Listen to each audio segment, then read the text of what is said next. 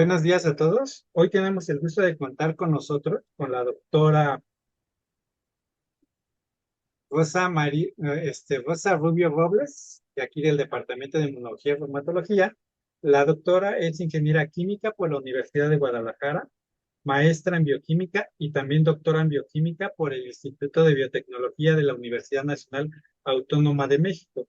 Tiene un postdoctorado en la Universidad de Nueva York en Estados Unidos y también está realizando un postdoctorado en el Laboratorio de Inmunología y también de Inmunopatología de aquí del Instituto, bajo a cargo de la doctora Florencia Rossetti.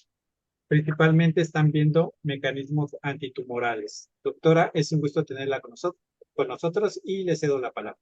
Muchas gracias y buenos días a todos. Bueno, hoy yo les voy a hablar sobre la técnica CRISPR-Cas y cómo podemos usarlas en aplicaciones en biomedicina, este, y en algunas cosas de ciencia básica. Pero antes que nada, les quiero empezar con una introducción para que entendamos de dónde surgió esta técnica, qué significa y cada uno de los pasos que están involucrados en ello. Entonces, lo primero, ay, no está avanzando, listo, perdón. Eh, Antes que nada, la técnica, bueno, CRISPR-Cas se le puede decir, es una forma de inmunidad adaptativa, lo que nosotros conocemos en los humanos como inmunidad adaptativa, pero de bacterias o de procariotas. Y esto se descubrió como secuencias que se encuentran en el DNA de las bacterias y que ayudan a protegerlos de infecciones por fagos. CRISPR viene o quiere decir repeticiones palindrómicas cortas, agrupadas y regularmente interespaciadas. Pero ¿qué significa esto? Aquí les estoy mostrando un esquema o un dibujo de lo que sería estas regiones en el DNA de las bacterias y está compuesta por varios elementos. Uno serían los genes Cas que van a codificar para las proteínas Cas. Normalmente nosotros hemos escuchado por lo general de la proteína Cas9, sin embargo hay muchas otras proteínas Cas y Cas viene de gen asociado al CRISPR. Entonces vamos a tener genes que codifican para estas proteínas y después vamos a tener estas regiones, de donde viene el nombre de CRISPR, que son repeticiones interespaciadas, y por interespaciadas quiere decir que hay secuencias en medio de ellas cortas, que son de alrededor entre 20 y 50 pares de bases. Y es importante notar que estas repeticiones todas tienen la misma secuencia y va a depender de cada bacteria, y aunque también se han encontrado en arqueas. Entonces, estas secuencias que tenemos, que se llaman espaciadores, van a venir de las secuencias del DNA de los fagos. Y ahorita les voy a explicar qué significa. Entonces, eh, se llaman palindrómicas porque en la cadena complementaria se pueden leer igual en un sentido y en el otro. Si tuviéramos aquí la cadena complementaria, podríamos ver que esta secuencia sería la misma de aquí para acá. Y esto es importante porque una vez que se transcriban, se van a formar estructuras de tallo y asa, que es muy importante para la función de estas moléculas. Entonces, aquí les muestro un esquema donde vemos cómo sería esta unidad de CRISPR en una bacteria, donde vamos a tener la unidad que se repite y después los espaciadores, que estos sí pueden ser diferentes. Sin embargo, es importante, las unidades que se repiten tienen la misma secuencia. Y los espaciadores van a ser diferentes porque vienen del DNA de los fagos. Entonces, ¿cómo funciona la inmunidad CRISPR-Cas en las bacterias? Bueno, una vez que un bacteriófago infecta la bacteria, va a inyectar su DNA, donde viene la información genómica, entonces vamos a tener el DNA viral, el cual va a ser reconocido por un complejo de proteínas que serían en este caso la Cas1 y Cas2. En algunos casos también va a entrar en acción otra proteína que se llama CSN2 y van a reconocer el DNA viral. Y estas proteínas lo que van a hacer es medir exactamente un tramo de DNA del virus, lo van a copiar y lo van a meter al DNA de la bacteria. Entonces, es así como vamos a adquirir estos espaciadores, que conocemos como espaciadores. Cuando lo meten al DNA de la bacteria, van a meter esta parte del genoma viral y otra nueva repetición. Entonces, así podemos ir ampliando el clúster o el locus del CRISPR-Cas conforme vayan adquiriendo nuevas infecciones. Y esto es muy importante porque entonces le va a dar a la bacteria esa memoria de las infecciones que ha tenido. Una vez que esto sucede, vamos a tener la biogénesis del RNA, donde vamos a generar un RNA que después va a ser cortado y vamos a formar lo que llamamos como un complejo de vigilancia, que va a ser el que va a estar vigilando si hay nuevas infecciones de los fagos para después interferir con su DNA viral. Esto es muy interesante porque no es necesario, a diferencia, por ejemplo, de los humanos, si yo voy a tener inmunidad adaptativa contra infecciones que ya he tenido yo, pero tal vez no contra las que tuvo mi madre. En cambio, aquí con las bacterias, cada una de la progenie de las bacterias van a adquirir la memoria de infecciones que ya tuvo la bacteria anterior, porque se van a heredar todas estos memoria genómica de las infecciones cuando a través del DNA. Aquí tenemos, es importante que les mencione lo que es el RNA-CR, que quiere decir RNA asociado a CRISPR, que va a ser el que va a dirigir a las proteínas Cas, y ahorita les voy a hablar un poco más de él con detalle. Entonces, yendo paso por paso, como les decía, el primer paso va a ser la adquisición de los espaciadores. Entonces, como les mencioné, va el bacteriófago a inyectar su DNA viral. Este complejo de proteínas van a eh, copiar ese DNA del virus con un tamaño muy preciso y lo van a meter en su genoma. Después vamos a tener lo que sería la biogénesis y el procesamiento del RNA asociado a CRISPR.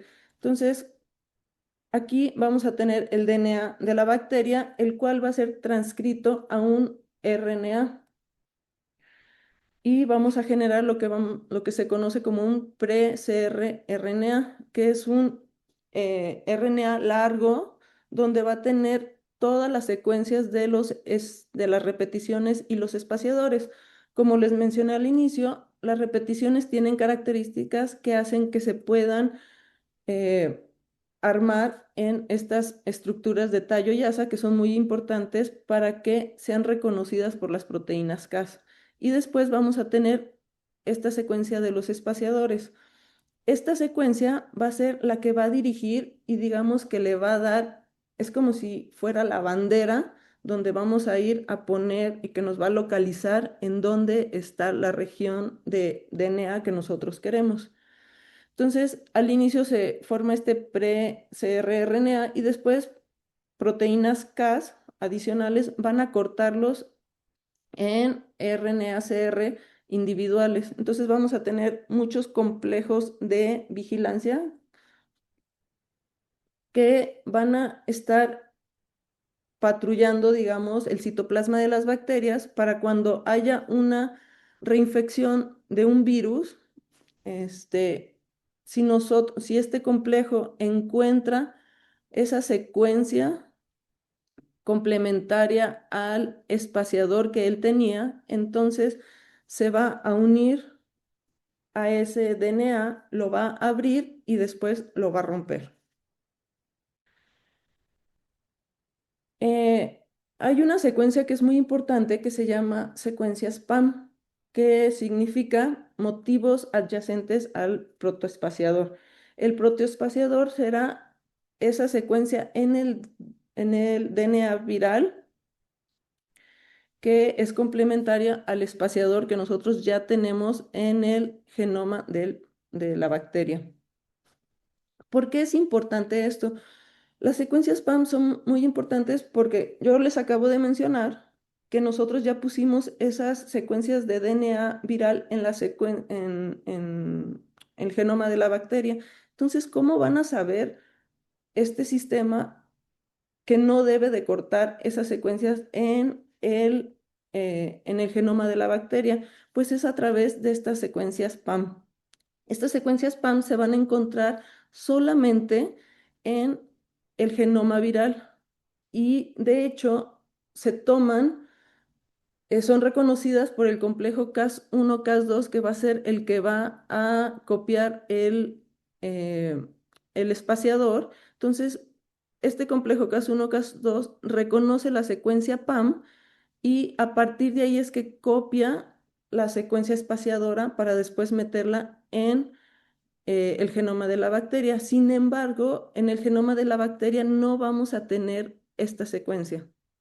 Entonces, si no hay esta secuencia, el complejo posterior efector, que digamos que sería el que ya va a tener el RNA-CRN y la proteína Cas, que para nuestros fines sería la Cas9, no va a reconocer o no se va a pegar a ningún DNA que no contenga la secuencia PAM. Entonces, en este caso, la secuencia del genoma de la bacteria no tiene esta secuencia y entonces nuestro complejo no se va a pegar. Sin embargo, en los virus sí vamos a tener estas secuencias, por lo tanto, se pega nuestro complejo y va a cortar. Y es así como vamos a tener la ruptura. Es importante decir que hay muchos sistemas CRISPR-Cas diferentes que varían en varios pasos. Por ejemplo, tenemos qué es lo que van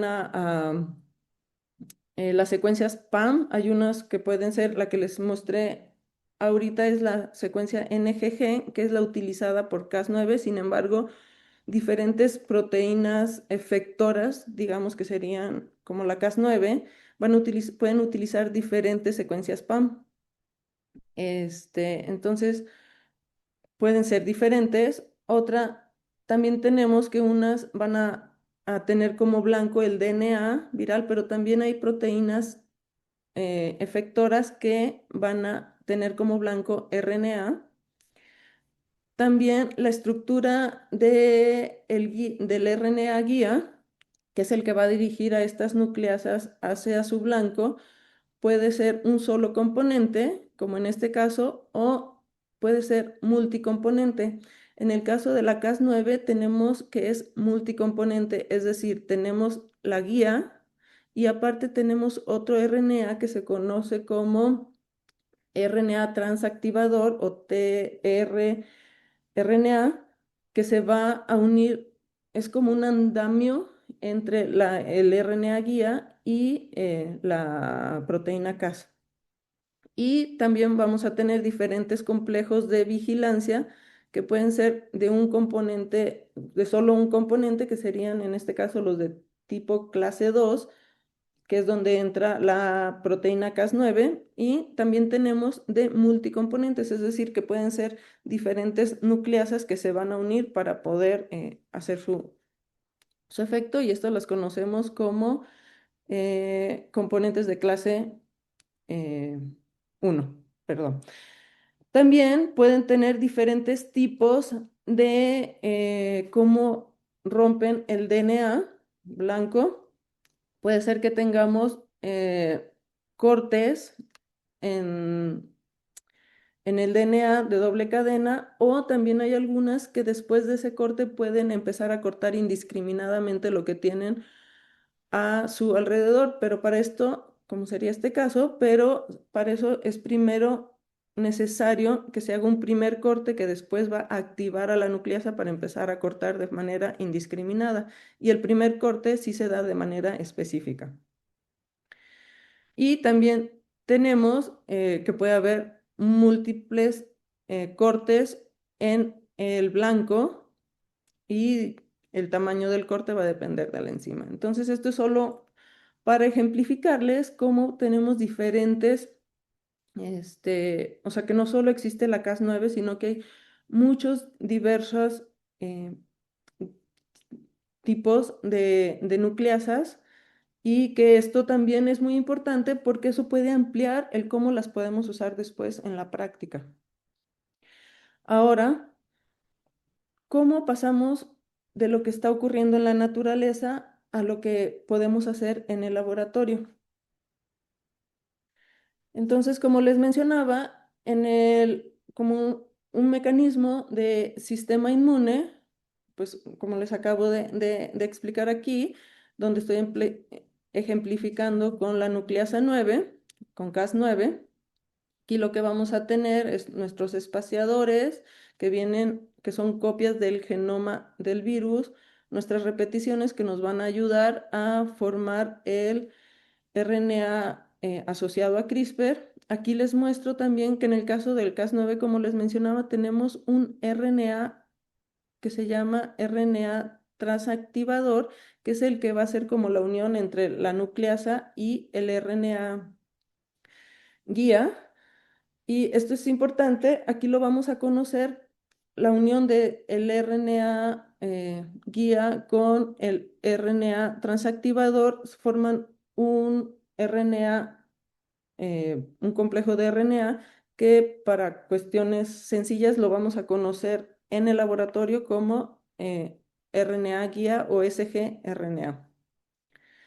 Entonces, como les mencionaba, este va a buscar su blanco en el genoma del virus. Cuando lo reconozca asociado a una secuencia PAM, el complejo de vigilancia se va a unir, va a buscar que el RNA se complemente con el DNA viral y una vez que vea que haya complementariedad, va a hacer el corte a 3 nucleótidos después de la secuencia PAM. Aquí en blanco podemos ver lo que sería en este caso la secuencia PAM.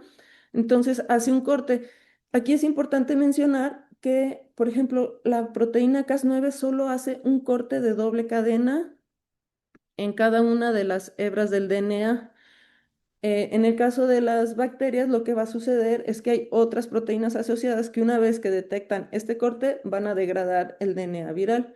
Pero ¿qué pasa o cómo esto se ha traspolado en una célula eucariótica?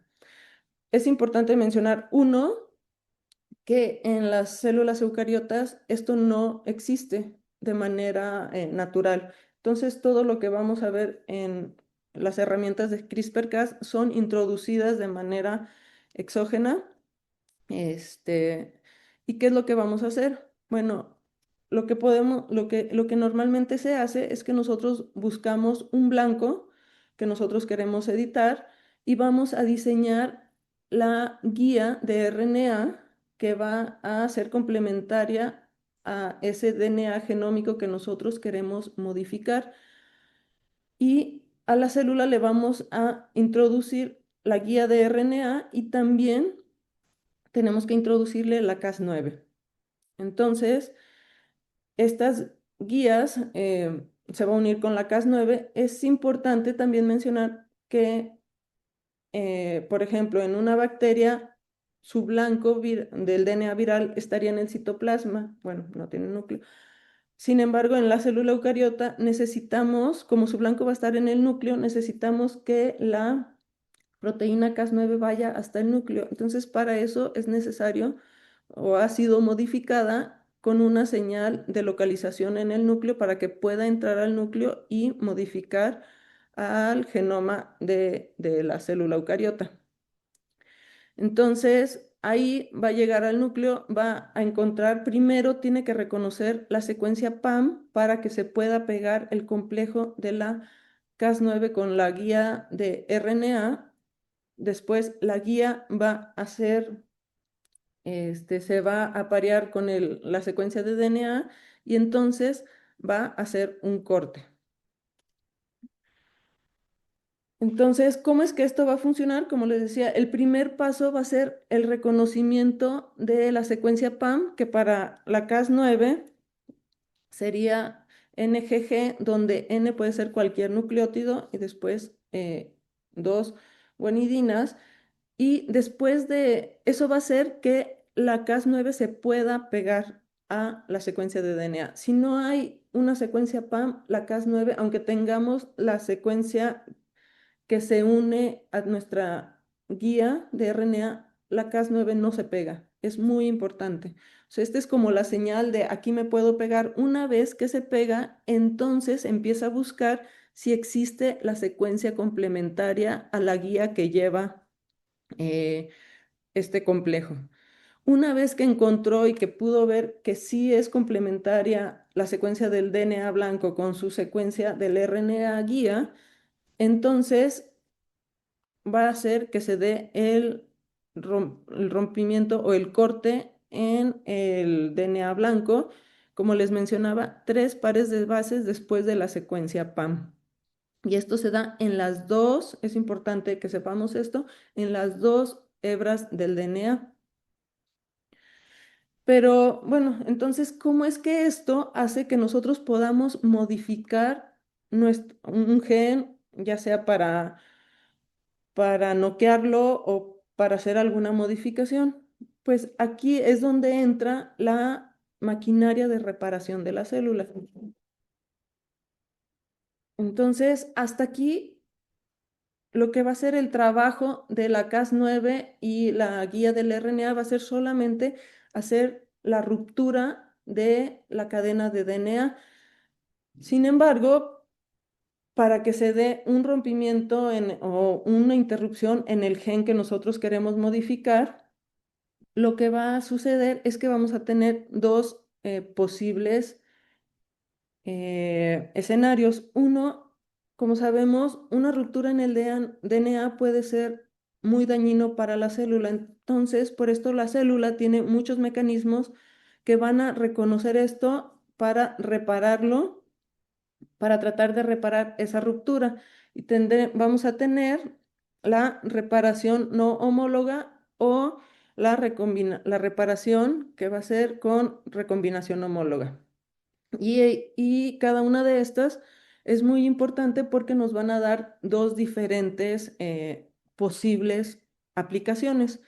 Si tenemos una reparación no homóloga, lo que va a suceder es que tenemos la ruptura del DNA y podemos tener que haya una pequeña inserción de nucleótidos o por otra parte que pueda haber una deleción de nucleótidos mediante conforme se repara el DNA.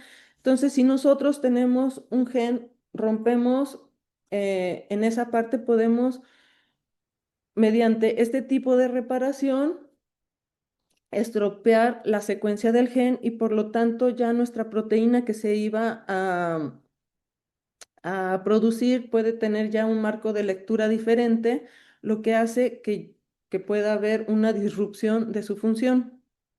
Muchas veces lo que se hace también es hacer rupturas en dos partes, eh, o sea, guías para dos secuencias como muy cercanas, lo que hace que se pueda cortar definitivamente ese pedazo de DNA de nuestro gen y por lo tanto interrumpir la secuencia y hacer que ya no sea funcional. Entonces, esta parte o esta manera de reparación va a ser muy útil cuando lo que nosotros queremos es simplemente evitar la función de un gen. Por otra parte, vamos a tener la reparación por recombinación homóloga. Aquí, cuando nosotros tenemos un corte, nosotros podemos como dirigir cómo se va a dar esa reparación y esto va a ser a través de la inserción de un DNA donador, donde tenemos una secuencia de DNA que podemos introducir en medio de donde se hizo la ruptura. Y para esto esa secuencia debe de tener homología con los extremos que se dieron o que se encuentran alrededor de la ruptura. Entonces, si tenemos una secuencia de DNA donante con la secuencia de interés que nosotros queremos introducir y homología en los extremos a el DNA que se cortó, la maquinaria de reparación de la célula lo que va a hacer es introducir esa secuencia en donde se dio la ruptura. Y esto es una herramienta muy valiosa porque lo que podemos hacer con eso es introducir secuencias o proteínas en ciertas sitios, en sitios específicos del genoma blanco, puede ser de la célula de humano o de o del ratón. Entonces, también con esto podemos hacer, por ejemplo, modificar la secuencia.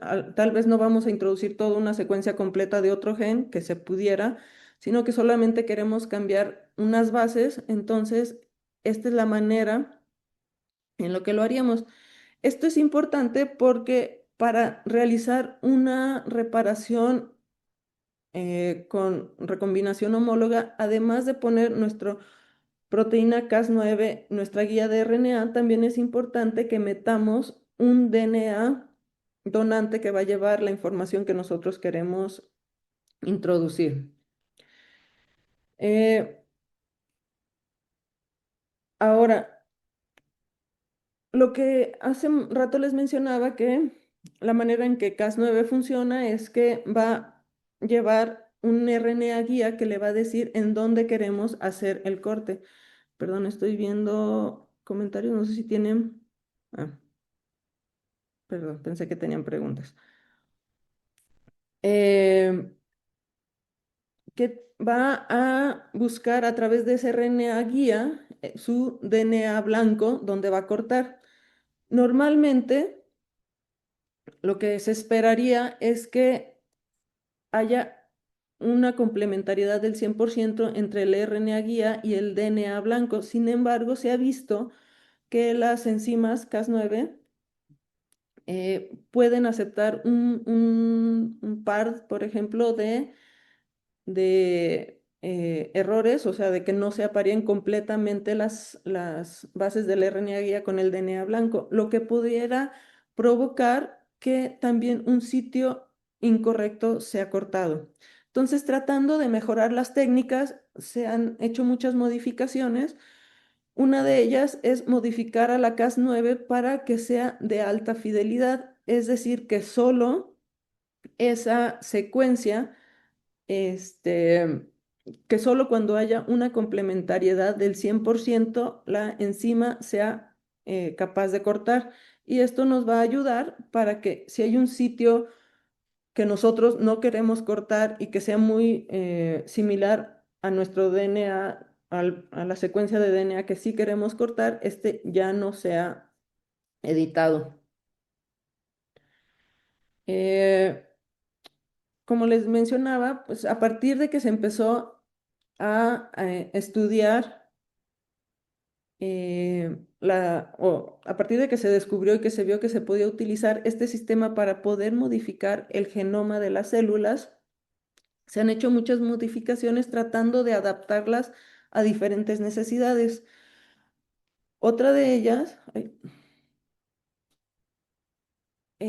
se ha hecho a través de la modificación genética de la Cas9. Yo les mencionaba que normalmente lo que de manera natural esta enzima lo que va a hacer es un corte en las dos cadenas de DNA. Sin embargo, también eh, se ha logrado que modificar o mutar un dominio de la Cas9 para que solo corte una de las cadenas y a este tipo de Cas9 modificada, de esta manera se le llama una nicasa, qué es lo que va a hacer, es que solo va a cortar una de las cadenas. Esto nos va a ayudar también para hacer que nuestro corte sea de manera muy específica en donde nosotros queremos. ¿Por qué? Porque vamos a meter dos secuencias guías donde una va a cortar, digamos, en este sitio y la otra va a cortar en un sitio muy cercano, pero solo se va a dar el corte en secuencias muy, vamos a hacer que los cortes sean en secuencias muy próximas entre sí y de esta manera va a ser menos probable que en todo el genoma haya estos dos sitios reconocidos por la guía de RNA que estén cercanos. Entonces, si tenemos un corte en una cadena y en el otro en sitios cercanos, esto va a hacer que también se edite esta parte del genoma y así podemos interrumpir o modificar la secuencia de DNA del gen específico que nosotros queremos editar. Como yo les decía, para la Cas9 solo tenemos un reconocimiento de la secuencia PAM, que es un NGG. Sin embargo, pues la secuencia NGG no está en cualquier lugar del genoma y lo que se ha hecho es que se ha modificado a esta enzima para que no reconozca solo esta secuencia, sino que pueda reconocer otras secuencias PAM diferentes y de esta manera podamos ser capaces de prácticamente modificar cualquier región del genoma humano o de ratón o de lo que nosotros queramos modificar. Y esto es súper importante porque esto nos da la posibilidad de poder modificar cualquier secuencia que nosotros queramos en el DNA, que realmente es una herramienta súper poderosa. Eh, Como les mencionaba también, con las modificaciones que se les ha hecho a la Cas9, otra de las cosas que se hizo fue hacer o mutar la Cas9 para que ahora su función de enzima no sea funcional. Entonces la mutaron y ahora tenemos una Cas9 que no es funcional, pero sin embargo todavía va a ser capaz de reconocer la secuencia PAM y de llevar el RNA guía hacia nuestra secuencia blanco del DNA. Y esto es súper importante y tiene muchas aplicaciones porque lo que se ha hecho es que además de mutar y hacer no funcional a la enzima Cas9 en su función de nucleasa, lo que se le ha hecho es unirle proteínas que pueden tener otras funciones. En este caso, por ejemplo, proteínas que pueden editar las bases. Entonces tenemos una Cas9 que nos va a llevar hasta el lugar del DNA que nosotros queremos y ahí con las enzimas editoras de bases asociadas a la Cas9, estas van a ser capaces de modificar la secuencia del DNA en solo en una base, en una sola base. Entonces tenemos dos tipos de enzimas que se pueden asociar a la Cas9, que van a ser las AB, que son editoras de la base adenina, que van a cambiar una adenina por una guanina, o vamos a tener las CBE, que van a ser las editoras de la base de citosina, donde van a ser capaces de modificar la citosina por una tirosina. Y esto es muy importante porque nos va a dar la capacidad de modificar el genoma o de mutar una sola base. Y esto puede ser muy relevante cuando nosotros tenemos mutaciones en proteínas que tienen que ver con una sola base. Entonces, aquí la Cas9 junto con la guía de RNA nos van a llevar a donde queremos nosotros localizarnos en el genoma y después la proteína editora va a cambiar la secuencia del DNA. Entonces, aquí de tener la secuencia AACGAT, la podemos cambiar ahora a ATGAT. Entonces, esto es también súper importante e interesante. También con esta mutación de la Cas9, donde quitamos su función de nucleasa, se ha desarrollado otra técnica que se llama CRISPR-I o CRISPR-A, donde ahora lo que vamos a asociar a nuestra Cas9 pueden ser proteínas represoras de la transcripción o activadoras de la transcripción.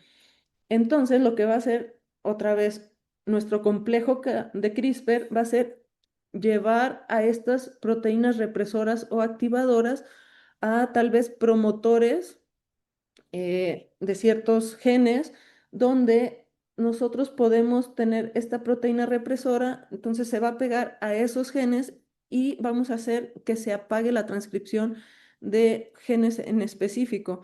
O por otra parte, podemos asociarle a la Cas9, a nuestro complejo CRISPR, una proteína activadora y la dirigimos hacia cierta este, región promotora de un gen de interés y lo que vamos a hacer es activar la transcripción de ese gen. Entonces, esto es súper importante porque lo estamos modificando de una manera no, o sea, sin editar completamente nuestro genoma. Otra manera también en la cual podemos modificar la expresión de genes es a través de modificaciones epigenéticas. Ahora, nuestro complejo CRIS, que es inactivo en su función de nucleasa, ahora lo que podemos hacer es adaptarle una proteína que, por ejemplo, sea una metilasa de DNA.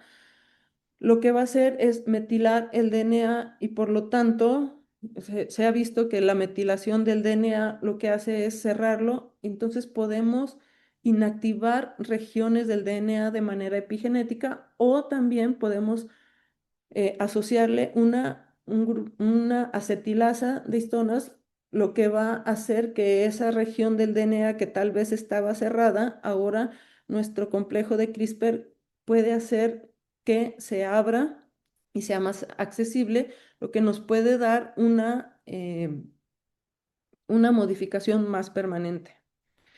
También tenemos que podemos utilizar esto para visualizar regiones del DNA, esto a través de asociarle a nuestro complejo CRISPR una proteína fluorescente. Por ejemplo, lo que nos va a hacer es que el complejo CRISPR nos va a llevar a esa región del DNA que nosotros queremos estudiar y que podemos ver a través de la proteína fluorescente que se va a pegar justo ahí donde nosotros queremos. Y esto es muy útil porque nos ayuda a poder estudiar cómo se comporta esa región del DNA, si tiene interacciones con otras proteínas o demás.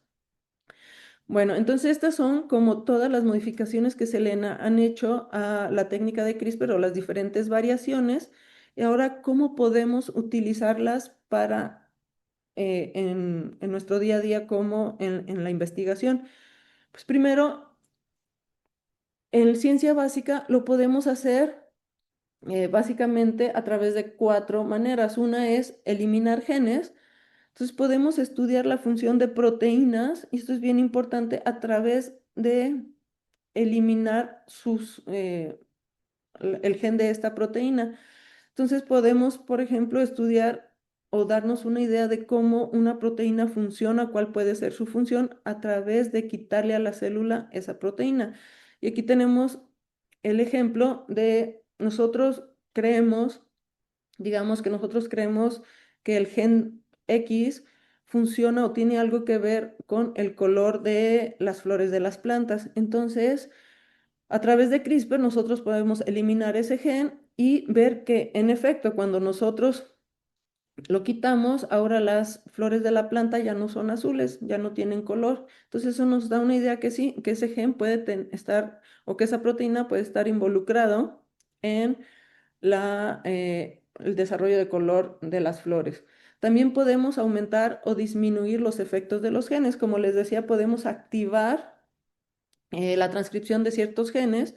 Entonces, aquí yo lo que puedo hacer es activar que se prenda aún más el gen que estoy estudiando y entonces si tengo como resultado que ahora mis flores son más azules, eso me da una idea que en efecto el gen que yo tenía tiene la función o le da o funciona en el desarrollo de color de la flor y sobre todo en el color azul. También podemos cambiar la función de los genes. Por ejemplo, yo puedo quitar, en este caso, en una planta el gen de color de la flor por el gen que yo sé que le da color a las hojas y ver que si le cambio una parte de ese gen por el del color de las hojas, si veo que ahora las flores son verdes, entonces ya me está corroborando que en efecto ese gen tiene la función de darle el color azul a mi flor y que yo lo puedo cambiar. Y también lo que puedo hacer es agregar nuevos genes, donde en una región donde no tenemos ese gen, yo le puedo agregar o activar la transcripción de un gen en específico y puedo ver que de no tener color, ahora yo voy a tener color en mis hojas. Entonces, todo esto nos va a ayudar a poder discernir mecanismos de acción de las proteínas. También es importante cómo se ha desarrollado ahora la técnica de CRISPR para usarlo y poder obtener más información de manera más rápida en cuanto a la función de los genes. El ejemplo que yo les mencioné ahorita, estoy yendo con un gen específico. Sin embargo, ¿qué pasa cuando yo quiero estudiar muchos genes o cuando yo no tengo idea de que o quiero ver, simplemente descubrir proteínas que puedan tener que ver con una función en especial? Entonces, para eso se han realizado o se han desarrollado los tamizajes de CRISPR o CRISPR screens, donde pues claro, yo puedo ir un gen por gen modificando en cada una de las células, lo cual me puede llevar mucho tiempo y como les mencionaba, para eso es necesario que yo sepa qué genes quiero estudiar. Sin embargo, si lo que yo quiero es descubrir, yo puedo tener muchas células a las cuales les voy a introducir la secuencia de Cas9 y muchas guías de RNA que me pueden modificar muchísimos genes a la vez. Entonces, la manera en lo que esto se va a hacer es meter guías de RNA de una forma tal que solo una entre a cada una de las células de manera probabilística. Entonces, voy a tener células modificadas al mismo tiempo donde puedo ver el efecto que va a tener esta modificación sobre algo en especial. Un ejemplo de ello sería un tamizaje de CRISPR para analizar la resistencia al coronavirus. Entonces aquí lo que se hizo fue, teníamos muchas células que eran susceptibles a la infección por coronavirus y que cuando este virus las infectaba, las células se morían. Entonces se les metieron a estas células toda una librería de guías de RNA de CRISPR y vieron, después se quedaron con aquellas que sobrevivieron a la infección del virus. Entonces, estas que sobrevivieron, se analizó qué genes se habían sido modificados y con ello pudieron eh, discernir qué proteínas eran importantes para crear resistencia a este virus en específico. Entonces, también ahora podemos ver cómo nos puede ayudar este sistema a tratar o prevenir enfermedades. Entonces, tenemos muchas maneras. Una de ellas es en el estudio de las enfermedades a través de la creación de modelos. Entonces, si nosotros tenemos eh, proteínas que nosotros creemos que pueden estar modificando o afectando o induciendo una enfermedad, este sistema nos puede ayudar para verificar que en efecto esa proteína tiene un rol en el desarrollo de la enfermedad. Esto se puede hacer, por ejemplo, si nosotros tenemos estudios en pacientes donde nos indican que una variante de DNA de una proteína puede estar causando la enfermedad. Esto lo podemos llevar a modelos, por ejemplo, de ratón, donde nosotros a través de editar mediante el sistema de CRISPR eh, el genoma de ese ratón, podemos tener esa modificación que nosotros estábamos viendo en el paciente y ahí ver si al modificarlo o tener esa misma mutación o variación, vamos a tener que, podemos corroborar, por ejemplo, si la variante causa o no la enfermedad.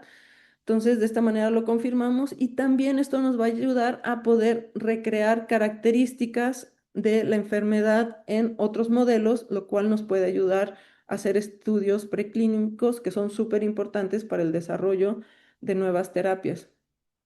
Entonces, vamos a tener también tres tipos de terapias principalmente que serían de edición del genoma, que serían las terapias celulares, las de edición del genoma in situ y terapias de línea germinal.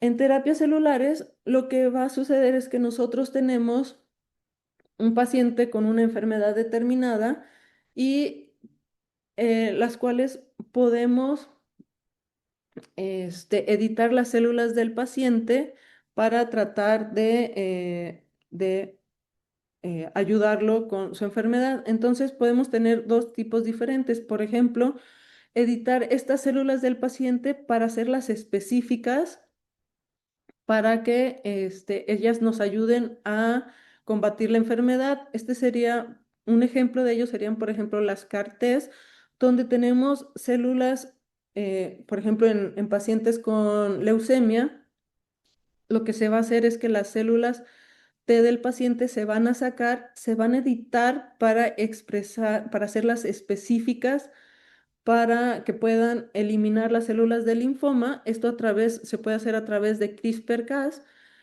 y una vez que se editan, se vuelven a meter al paciente y una vez dentro del paciente, estas células T de la misma persona van a combatir o van a reconocer y combatir las células de leucemia.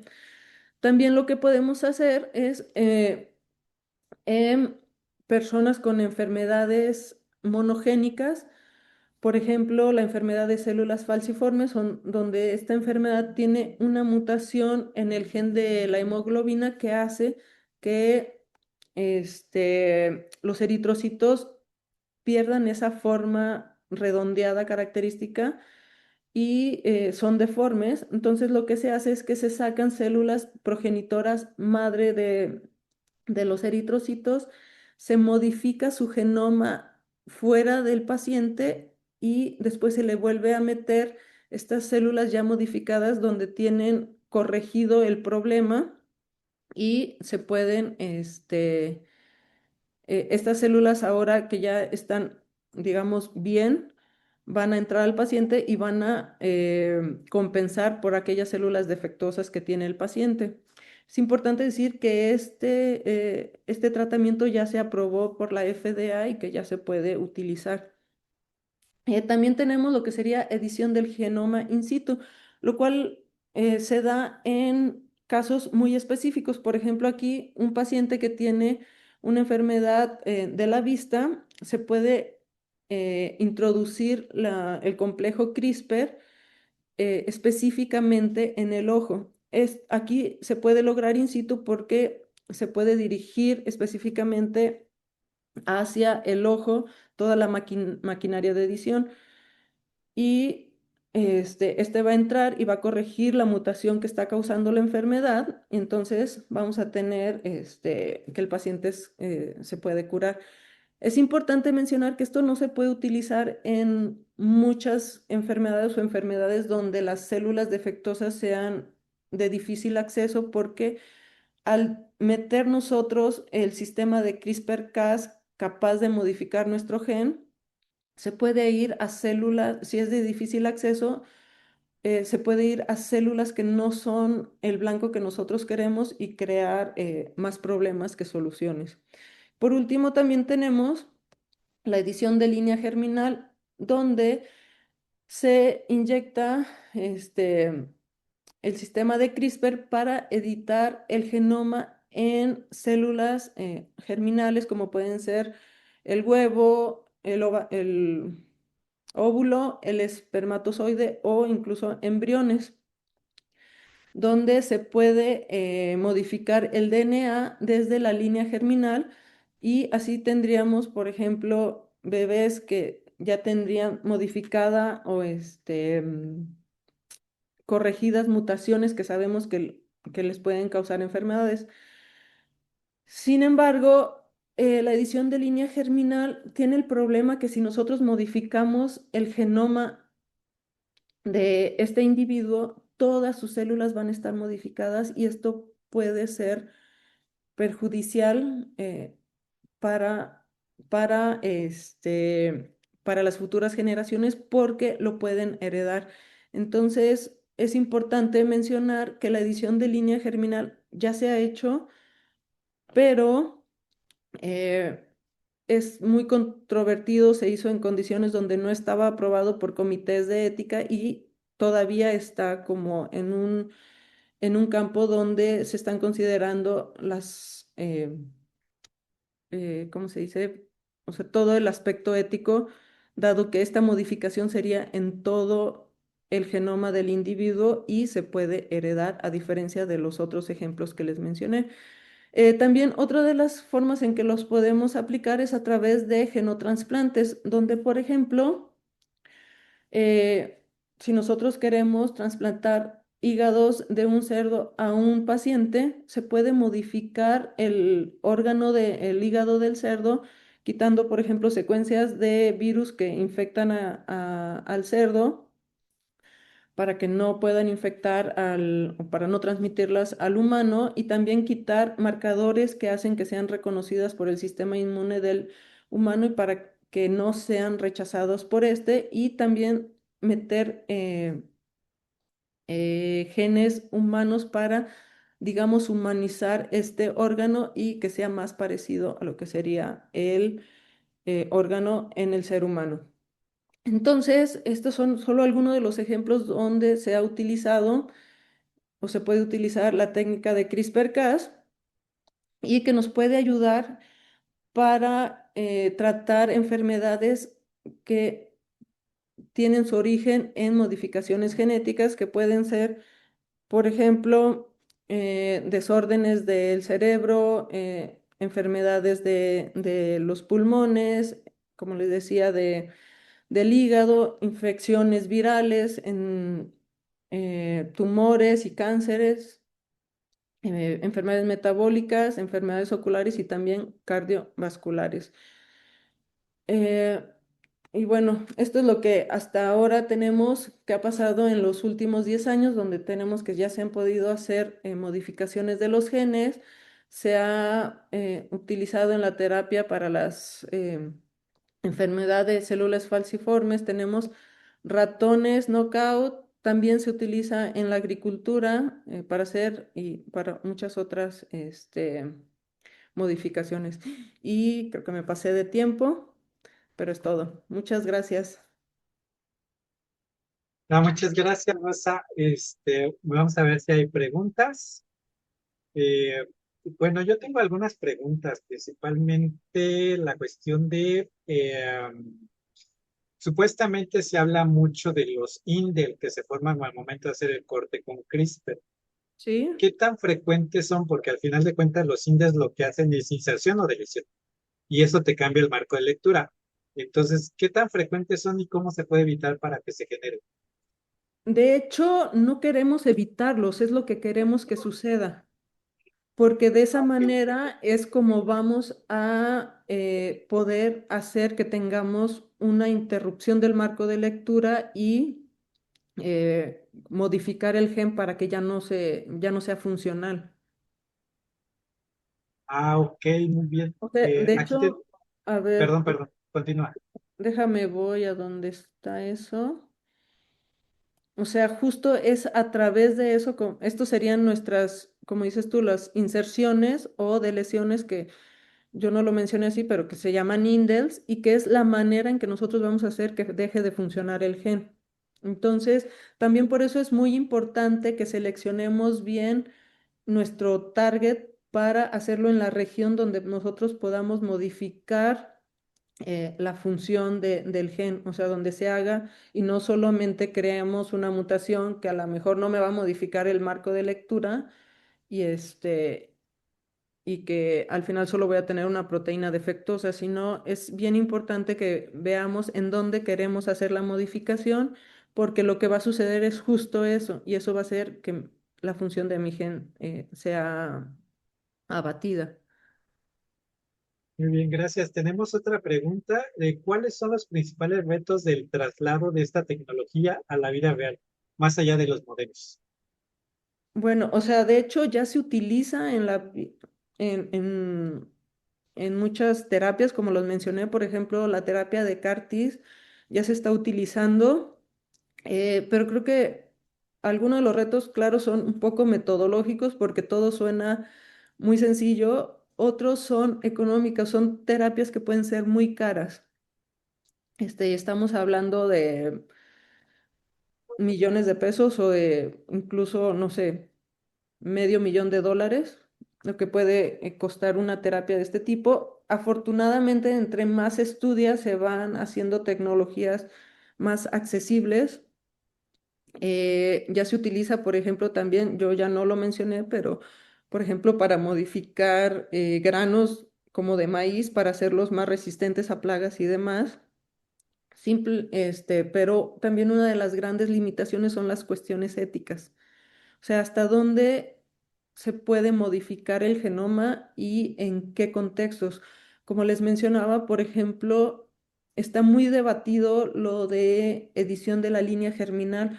¿Por qué? Porque van a ser ediciones o sea, que van a afectar no solo al organismo en cuestión o la persona en cuestión, sino a toda su descendencia. Y esto puede eh, traer consecuencias que todavía no sabemos cuáles sean. Uno de los primeros estudios o modificaciones que se hizo, que fue, que no estuvo aprobado por un comité de ética, y no sé si lo han escuchado, es de un chino que se llama JKG, donde modificó el gen del CCR5, que es el receptor para VIH. Este, y se hizo, o sea, a partir de ahí a esta persona incluso se le metió a la cárcel por 3 años. Ahorita no se sabe en dónde está, pero lo que hizo, o sea, lo que vieron es que al modificar la línea germinal, por ejemplo, puedes no modificar todas las células o puede haber como un mosaico de modificaciones que al final no sabes lo que pueda pasar. Y en este caso del gen de CCR5, o sea, si bien te va a ser resistente a la infección por VIH, vas a tener esta modificación en todas tus células y no sabes qué es lo que pueda ser el efecto de la deficiencia de este gen en otras células. Entonces es como muy controversial y no está aprobado en muchos lugares. En México todavía no se puede, o sea, como les decía, todavía no hay aplicaciones en contextos reales en México. Hay en algunos países como Estados Unidos, en China, creo que no recuerdo si en Rusia, pero en México todavía no se aplica ya para tratamiento como tal de enfermedades en pacientes, todavía no se utiliza. Sí, de hecho, en algunos países hay, por ejemplo, creo que en la Unión Europea se ha aceptado el trabajo de fetos no viables para modificaciones genéticas, pero sí. Bueno, en México yo tengo entendido que no, pero Sí, no, en México no, pero sí, o sea, justo como lo dices, en línea germinal, sí hay algunos países que lo hacen, pero no para reproducción como tal, ajá. sino más para estudios. Y de hecho hay mucha controversia porque, o sea, la verdad es que este tipo de modificaciones podrían salvar muchísimas vidas. Sin embargo, creo que todavía falta muchísimo estudio sobre sus efectos. Sí, porque es muy complicado. Por ejemplo, como ya había mencionado, lo de las chinas, que todavía, bueno, según lo que se ha logrado filtrar el trabajo del chino, es de que hay mosaicismo en la misma célula, o sea, un alelo es diferente al otro, o sea, no sé por qué es similar. De Sí, hecho, hay un artículo, creo que de mil no, de esas fechas de 2017, donde habla de que CRISPR no corta, bueno, sí corta donde debería, pero también corta en otros lugares donde no debería. Después, por exacto. la presión, se retractó el artículo, pero todavía es. No, pero justo, y de hecho era lo que les mencionaba, o sea, que se han ido modificando para hacerlo más exacto, pero es uno de los problemas, o sea, que No estamos seguros que va a cortar exactamente donde nosotros queramos y podemos tener lo que llamamos como off-target, donde puede haber modificaciones en otras partes y que no vamos a estar seguros de que nos están dando. Incluso en el trabajo de este chino, él modificó a unos gemelos y lo que vieron es que uno de las gemelas tuvo la modificación del gen en sus dos alelos, pero la otra no. La otra solo lo tuvo en uno. Entonces, o sea, todavía no, creo que no está tan bien desarrollado la técnica como para poderlo aplicar. Digo, está avanzando rapidísimo, están encontrando muchas modificaciones que pueden hacerlo más regulable. Por ejemplo, lo que les mencionaba de que se puede inhibir o activar un gen, pues puede ser una respuesta más viable porque no estás modificando de manera genómica, o sea, no estás editando ya como tal el genoma, sino que solo lo estás controlando. Pero son cosas que apenas se están desarrollando y que están viendo su aplicación. Muchas gracias, Rosa, por aceptar y por una gran curiosa presentación. Muchas gracias. No, gracias a ustedes. Les comento.